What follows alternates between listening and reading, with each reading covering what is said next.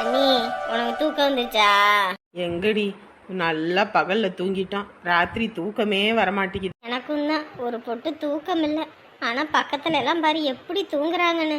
ஆமாண்டி, நல்லா தூங்குறாங்க. டி உன் போனா அடிக்குது. ஆமா நீ என் போன் தான். இரு யாருன்னு பாப்போம். ஆத்தி அண்ணி போன்ல யாருன்னு பாரு. யாருடி, பேயா பூதமா? ஆத்தி இடி, இந்த கிழவி எதுக்கடி இந்த நேரத்துல போன் பண்ணுது? அதானே அண்ணி எனக்கும் ஒன்றும் புரியல. ஐயோ, என்னடி இது புது கூத்தா இருக்குது? ஏன் நீ 12 மணின்னு கூட பார்க்காம இந்த நேரத்துல போன் பண்ணுதே, என்னவா இருக்கும்? எதுவும் பிரச்சனைனா அவங்க பையனுக்கு போன் போடும், உன் நம்பருக்குள்ள போன் போட்டிருக்கு. வேலை அண்ணன் நம்பர் எது சுவிட்ச் ஆஃபா இருக்குமோ? சுவிட்ச் ஆப்பெல்லாம் இல்லடி, அந்த மனுஷன் என்னைக்கு ஆப் பண்ணுவாரு. அதுவும் இல்லாம ஆத்தாவை அங்க விட்டுட்டு வந்ததுனால என்ன பண்ணுதோ ஏது பண்ணுதோன்னு புலம்பிக்கிட்டு இருந்தாரு. அவரெல்லாம் அப்படி ஆஃப் பண்ண மாட்டாருடி. இந்த கிழவி இந்த நேரத்துல கூப்பிடுதே, எதுவும் வில்லங்க கில்லங்க இருக்குமோ? என்னங்கடி தூங்கும் போது பேசிக்கிட்டு இருக்கீங்க? ஷோ இருமா, நாங்க தூங்குறோம், நீ தூங்குமா. காலையில இருந்து தூங்க நேரம் இல்லாம வேலை செஞ்சு தூங்கும் போது நையின்னு முன்னு என்னத்தை தான் பேசுவாங்கன்னு தெரியல. பகல்லையும் பேசுறாளுங்க, ராத்திரியும் பேசுறாளுங்க, நிம்மதியா மனசுல தூங்க வர்றாளுங்க. நீ இப்ப என்ன நீ பண்றது? மறுபடியும் கூப்பிட்டுக்கிட்டே இருக்கு. என்னன்னு வேற தெரியலையேடி, அட்டன் தான் பண்ணி பாரு. ஹலோ பாப்பா. என்ன நீ பாப்பானது? பேசு பேசு. பாப்பா, பேங்க்ல இருந்து போன் போட்டீங்க, எனக்கு 10 லட்ச ரூபா பணம் வந்திருக்குன்னு. அதுக்கப்புறம் போன் போட்டா எடுக்கவே மாட்டேங்கிறீங்க, என்னங்க பாப்பா? ஆத்தி யோய் அண்ணி, அந்த மேட்டருக்காக போன் போட்டிருக்குது. அடி பாவி, நம்ம தெரியாதனமா 10 லட்சம் தரோன்னு சொல்லிட்டோம். நம்பரை புடிச்சுக்கிட்டு எப்படி 12 மணிக்கு கூப்பிடுது பத்தியா? இப்ப என்ன நீ பண்றது? பாப்பா, என் பிள்ளைங்க எல்லாம் வீட்டுல இல்ல பாப்பா. நான் வீடு அடகு வச்சு 5 லட்ச ரூபாய் தானே. நீங்க 10 லட்சத்தை கொடுத்துருங்க பாப்பா. ரொம்ப கஷ்டப்பட்டுக்கிட்டு இருக்கேன் பாப்பா. அதை மட்டும் கொடுத்தீங்கன்னா என் வாழ்நாள் பிறவி பையனை அடைஞ்சிருவேன் பாப்பா.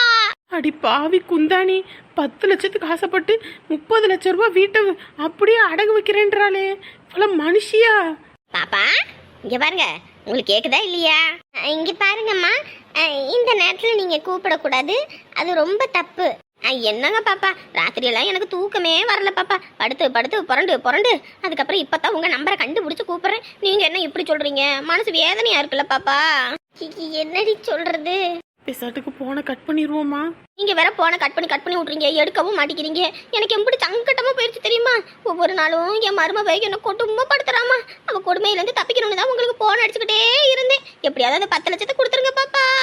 உங்களுக்கு கொண்டு வந்து கொடுக்க கஷ்டமா இருந்துச்சுன்னா சொல்லுங்க, நானே சாக்கெல்லாம் எடுத்துக்கிட்டு வந்துடுறேன், மூட்டையில கட்டி எடுத்துக்கிட்டு வந்துடுறேன். என்ன சொல்றீங்க? அடி பாவி மாமியார் கிளவி, காசு நுனி பேயா அலையிறாளே. நீ இப்ப என்ன பண்றது? ஒன்னும் பண்ண வேணாம், இந்த கிளவி போன் அடிச்சுக்கிட்டே இருப்பா. போயும் உன் நம்பரையாவது போன் போட்டோம். நீ பேசாட்டுக்கு போனை சுவிட்ச் ஆஃப் பண்ணி போட்டுரு, அதுதான் நல்லது.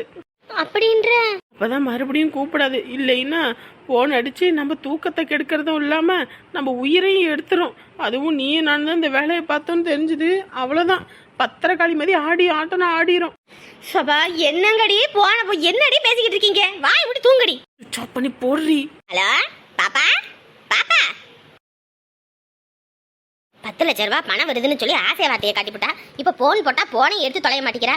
ஏதோ 12 மணிக்கு போனை எடுத்தாலே சந்தோஷமா இருந்துச்சேன்னு காசை வாங்கி எப்படியாவது பாக்கெட்ல போட்டுக்கிட்டு கிளம்பி ஓடிடுவோன்னு பார்த்தா வாயை திறக்க மாட்டேங்கிறாளே.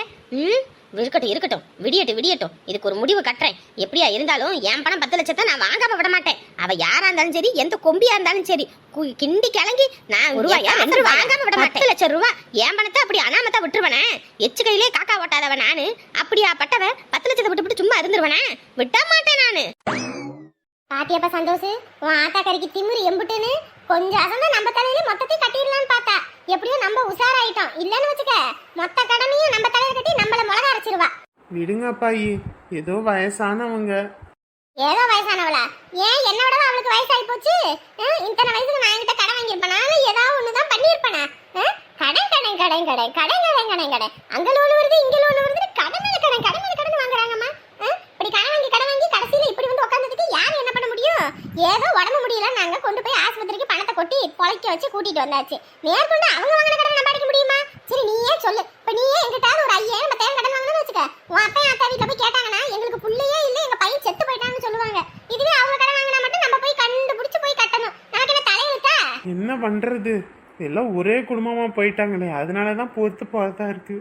என்னையா ஒரே குடும்பம் வெங்காயம் குடும்பம் பிள்ளைங்க கிட்ட போய் வாயை திறந்து கேளுடி. அவளுங்களுக்கு தானே செஞ்சோன்னா அங்க வலிக்குமாமா. மருமகளோட செயின் நகரட்டெல்லாம் அடகு வைக்கணுமா விற்கணுமாமா. ஆமா, அந்த பிள்ளைக்கு ஒரு நல்ல நாள் பெரிய நாள் கறியாக்கி போட்டாங்க, இல்ல நல்ல துணிமணி எடுத்து கொடுத்துட்டாங்க.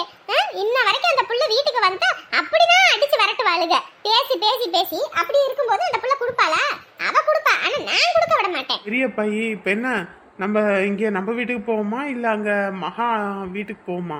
அவங்க வேற போன் அடிச்சுக்கிட்டே இருந்தாங்கப்பா. நான் இந்த மாதிரி விஷயம்லாம் சொல்லல. அதுவும் இல்லாம ஆஸ்பத்திரியில இருக்கிறதெல்லாம் சொன்னா அவங்க எதுவும் வருத்தப்படுவாங்க. விசேஷ வீடு வேறன்னு சொல்லிட்டு தான் சொல்லாம விட்டுட்டேன். விசேஷத்துக்கு வரலன்னா அவங்களும் வருத்தப்பட்டுக்கிட்டு இருப்பாங்க. நம்ம ஒரு எட்டு போய் தலையை கட்டிட்டு வந்தாதானே அவங்களுக்கு சந்தோஷமா இருக்கும். அதுவும் இல்லாம பொண்ணை மட்டும் தனியாக அனுப்பி விட்டோம். அக்கம் பக்கத்துல உள்ளவங்க என்ன நினைப்பாங்க? பொண்ணு மட்டும் வந்திருக்கு, மாப்பிள்ளையோட எதுவும் சண்டை போல இருக்கு, மாப்பிள்ளை குடும்பத்துல இருந்து ஒருத்தர் வரல அப்படின்னு நாக்கு வலை போட்டு பேசுவாங்கப்பா. அதுவும் இல்லாம கிராமத்துல எல்லாம் பிள்ளைங்க போகும்போது வரும்போது விட்டு பின்னாடி போக விட்டு பேசுவாங்க. அதெல்லாம் பெத்தவங்களுக்கும் கஷ்டையா. நம்ம போயிட்டு மகா வீட்டுல ஒரு நாள் ராத்திரி இருந்துட்டு அதுக்கப்புறம் நம்ம நாளைக்கு இல்ல நாளைக்கு கிளம்பி வருவோம். என்ன சொல்ற? சரிங்க பாயி. ஆனா இனிமே உன்னியா உன் குடும்பத்துல ஒண்ணுனாலும் நீ போன் எடுத்துறாத.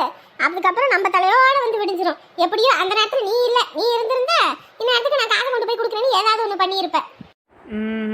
இவங்களெல்லாம் விட்டு பிடிக்கணும். அப்படியே இறுக்கி பிடிச்சிக்கிட்டோம்னு வச்சுக்கவே இதுங்களுக்கு நம்ம அருமையெல்லாம் தெரியாது. ஏங்க தூங்கலையா? என்னத்த தூங்குறது, ஒரு தூக்கமும் வரல. மாத்திரை மருந்து போட்டதுக்கு இப்படி கண்ணை முட்டை மட்டும் முடிச்சுக்கிட்டு இருந்தா எப்படி? நல்லா சாப்பிடுங்கன்னு இதுக்கு தான் சொல்றது. வயிறாறு சாப்பிட்டு நேரத்துக்கு மாத்திரை போட்டுருந்தா நல்லா தூக்கம் வந்துருக்கும்ல. எனக்கு அதெல்லாம் ஒன்றும் யோசனை இல்லை. நாளைக்கு வேற கடங்காரனுக்கு என்ன பதில் சொல்றதுன்னு தான் ஒரே யோசனையா இருக்கு. என்ன இந்த தலைவரோட காசா? சரி விடுங்க. இப்போதான் நம்ம கையிலையும் காசு இல்லை, பையனும் வந்து தர முடியாதுன்னு சொல்லிட்டு போயிட்டான். அப்புறம் நம்ம என்ன பண்றது? நம்ம யாருக்கு செஞ்சோமோ அவங்க கிட்ட தானே போய் கேட்டாகணும். உனக்கே தெரியும் பிள்ளைங்க மாப்பிள்ளையெல்லாம் எப்படின்னு. கேட்டா என்ன சொல்லுவாங்கன்னு தெரியலையே. கேட்டா என்ன சொல்றது? நம்ம என்ன அவங்க காசையே கேட்கறோம்? நம்ம காசுல கேட்கறோம். நம்ம இங்கே கஷ்டமான சூழ்நிலையில இருக்கோம். நல்லா இருக்கும்போது செஞ்சோம், இப்போ நம்மளே நடுத்தருவில் நிற்கிறோம். அப்படின் போது செஞ்சவங்க தானே திருப்பி செய்யணும். இல்லடி, என்னதான் இருந்தாலும் மகன் செய்யணும். மகன் செய்யாம மகளுங்க எப்படி செய்வாங்க? மகளுங்க அடுத்த வீட்டு பிள்ளைங்கன்னு சொல்லுவாங்க. அடுத்த வீட்டு பிள்ளைங்க அடுத்த வீட்டில் போய் வாழ்ந்திருந்தா பரவாயில்ல, அவங்க எதுவும் செஞ்சிருந்தா பரவாயில்ல. இத்தனை வருஷம் கல்யாணம் ஆனதுலேருந்து நம்மளே தானே எல்லாமே செஞ்சுக்கிட்டு இருந்தோம். பெத்த தகப்பனும் தாயும் காசு இல்லாமல் கஷ்டப்படும் போது அவங்க தான் செய்யணும், வேற யார் செய்வா? என்ன நாளைக்கு போய் கேக்குறியா? இன்னும் என்னங்க பண்றது? கேட்டு தானே ஆகணும். சார், என் நிலைமை இப்படியெல்லாம் அவன் நினைச்சு கூட பார்க்கல. சம்பாரிச்சு இதுக்கு தான் 10 காசு கையில வச்சுக்கணும், வயசான காலத்துல யாரையும் எதிர்பார்க்க கூடாதுன்னு நினைச்சேன். என்ன நான் உங்களை குத்தி காட்டுறேன்னு நினைக்காதீங்க. நல்லா உடம்புல நல்ல ரத்தம் ஓடும்போதெல்லாம் சம்பாரிச்சு அடுத்த வீட்டு ஆளுகளுக்கு கொடுத்துக்கிட்டு தெரிஞ்சீங்க. ஆனால் கஷ்டத்தை மட்டும் நானும் பிள்ளைங்களை அனுபவிச்சோம். இன்னைக்கு பிள்ளைங்க கூட உங்களை திரும்பி பார்க்கல, என்னையும் திரும்பி பார்க்கல. என்ன பண்றது? எல்லாம் கலிகாலம். எதுக்கு நீ பழச பேசிக்கிட்டு இருக்க? பழசு நானும் வாழ்ந்தவன் நான் தானேங்க. வாழ வேண்டிய வயசுல நீங்க வேற ஒருத்தியெல்லாம் தேடிக்கிட்டு போவோம் தானே. இன்னைக்கு நம்ம நிலைமை எப்படி இருக்குது? பாக்குறவங்க எல்லாம் இப்படி பேசுறாங்க. சரி விடு, நானே இப்ப மனசு வலியில இருக்கேன். ஆமா, மனசு வலி வந்துடும். அப்ப பண்ணின தப்பு எத்தனை பேரோட சாபம் எனக்கு இருந்திருக்கும். அதான் இன்னைக்கு என்னையும் என் குடும்பத்தையும் இப்படி போட்டு காட்டுது. கட்டுன நாள்ல இருந்து இவ்வளவு ஒரு நாள் கூட நான் நல்லபடியா வச்சுக்கிட்டது இல்லை. ஒரு நல்ல சேலத்துன்னு கூட எடுத்து கொடுத்தது இல்லை. ஆனா இன்னைக்கு என்னோட கஷ்டத்தை மட்டும் பகிர்ந்துக்கிறேன், சந்தோஷத்தை ஒரு நாளும் பகிர்ந்தது இல்லை. அப்பையும் சொல்லிக்கிட்டே இருந்தேன், இந்த மாதிரி தப்பான விஷயத்துக்கெல்லாம் போகாதீங்க, பின்னாடி ரொம்ப கஷ்டப்படணும், பெண் பாவம் பொல்லாது, அதுவும் குடும்பத்தில் உள்ளவங்களோட பாவம் பொல்லாதுன்னு பல தடவை சொன்னேன், கேட்கல. இன்னைக்கு இங்கே வந்து நிற்கிறோம். என்னத்தை சொல்ல ஒன்றும் சொல்கிறதுக்கு இல்லை. தம்பி, எதை எடுத்தாலும் ஏய் ஓயின்னு பேய் மாதிரி கத்துறாயா. அது மட்டும் இல்லைப்பா, திமிரு பேச்சு பேசுகிறாயா. ஒரு வச்சோறு இன்ன வரைக்கும் ஆக்கி போடலை. நானும் பிள்ளைக்கும் ரொம்ப பசி வந்துருச்சு, அதான் கடையில் போய் சாப்பாடு வாங்கிட்டு வந்து சாப்பிட்டோம். ஓஹோ, அந்த அளவுக்கு திமிருக்கு உட்காந்துருக்காளா? சரி விடுக்கா, நான் பாத்துக்கிறேன். ஏய், உன்கிட்ட தான் கேட்டுக்கிட்டு இருக்கேன். ஏய் ஆத்தாடி, வெறி பிடிச்சவ, மூஞ்ச பார்த்தாலே தெரியுது. நம்ம இங்கே நின்னோம் நம்மளையும் பத்தாடிடுவா. நம்ம கொஞ்சம் ஒதுங்கி நின்றுக்குவோம். ஏய், சோறு குழம்புல ஆக்குனியா என்ன? வேலைக்கு போயிட்டு பசியோட வந்திருக்கேன். சாப்பாடெல்லாம் இருக்கா என்ன? சாப்பாடை போட்டு வா. ஒன்றும் ஆக்கலையா? வீட்டில் தானே இருந்த, இல்லை வேற எங்கிட்டும் போனியா? வீட்டில் இல்லாமல் காட்டியா இருப்பாங்க. இவரு எனக்கு பசிக்குது, சாப்பாடு செஞ்சியா என்ன? ஏன் இந்த வீட்டில் நான் மட்டுமா இருக்கேன்? ஏன் உங்கள் அக்கா இல்லை? வேணும்னா உங்கள் அக்காவை சமைச்சு கொடுக்க சொல்லுங்க. அதான் வாய்க்கு ருசியை வக்கனையே சமைச்சு கொடுப்பாங்கல்ல. எங்க அக்கா இந்த வீட்டுக்கு விருந்தாளி. நீ சமைச்சியா என்னன்னு தான் நான் கேட்டேன். எங்க அக்காவை சமைக்க சொல்றது எனக்கு என்ன தெரியாமையா இருக்கு? விருந்தோ மருந்தோ 3 நாள் இருந்தா அது விருந்தாளி. இப்படி இங்கேயே கடன்னு கடந்தா அதுக்கு பேர் என்னத்தை போய் சொல்றது? வேணும்னா அவங்கள சமைக்க சொல்லுங்க, என்னால சமைக்க முடியாது. ஏய், இப்ப முடிவா என்னடி சொல்ற? இத்தனை நாள் வரைக்கும் சமையல் செஞ்சு எல்லாம் பண்ணினதுக்கு நான் நல்லா அனுபவிச்சுட்டு தான் திரியிறேன். என்னால் ஒன்றும் செய்ய முடியாது. வேணும்னா ஆக்கி தின்னுங்க, இல்லைன்னா போய் பட்னியை கடங்க. இங்க பாரு, நீ உத வாங்கிதான் சாவ போற. உத வாங்காம ஓடிடு. அடியா பாப்போம், அடிச்சு கொள்ளு பாப்போம். நானும் போனா போதுன்னு பார்த்தா திமிரா பேசிக்கிட்டு இருக்கேன். இங்க பாரு, உனக்கு சோறு என் கையால தான் போடணும். என்கிட்ட ஏதாவது ஒன்று பேசிக்கிட்டு திரிஞ்ச அப்புறம் எதையாவது கலந்து விட்டுருவேன். அப்புறம் ஒரே தான் போய் சேர்ந்துருவேன். உனக்கு நினைச்சோன்னு சோறாக்கி போடணும், சந்தோஷமா வச்சுக்கணும். நான் என்ன மிஷினா? டேய் தம்பி, என்னடா இவ இப்படி பேசிட்டு போறா? ஒருவேளை பேய் எதுவும் பிடிச்சிருக்குமோ? ஆமாக்கா, எப்பயும் நான் ஏன்னு ஒரு வார்த்தை சொல்லல நடுங்கி போய் நிப்பா. இன்னைக்கு என்னையவே அடிக்கிற மாதிரி நிக்கிறாக்கா. பேய் தான் பிடிச்சிருக்கு போலக்கா. டேய் தம்பி, டெய்லியும் மாட்டை ஓட்டிக்கிட்டு 12 மணி 1 மணி நேரத்தில் தானடா வீட்டுக்கு வாரா. அதுவும் இல்லாமல் ராத்திரி ஏன்னா மல்லிகைப்பூ வச்சுக்கிட்டு தலை நிறைய மல்லிகைப்பூ வச்சு மஞ்சளை பூசிக்கிட்டு இருக்காளே. ஒருவேளை பேய் தான் பிடிச்சிருக்கும் போலடா. பேய் ஓட்டலன்னு வச்சுக்க, இவ நம்ம 2 பேத்தையும் சேர்ந்து ஓட்டிடுவாடா. ஆமாக்கா, நீ சொல்றதுதான் சரி. முதல்ல பேய் ஓட்டுறதுக்கு நாளைக்கு ஆளை வர சொல்றேன். ஏய், லைட் எரியுது, கண்ணு கூசுது. முதல்ல லைட் எல்லாம் ஆஃப் பண்ணுங்க. ஏய் தம்பி, பேய்க்கு இருட்டுனா தாண்டா பிடிக்கும், லைட்டெல்லாம் எரிஞ்சா பிடிக்காதுடா.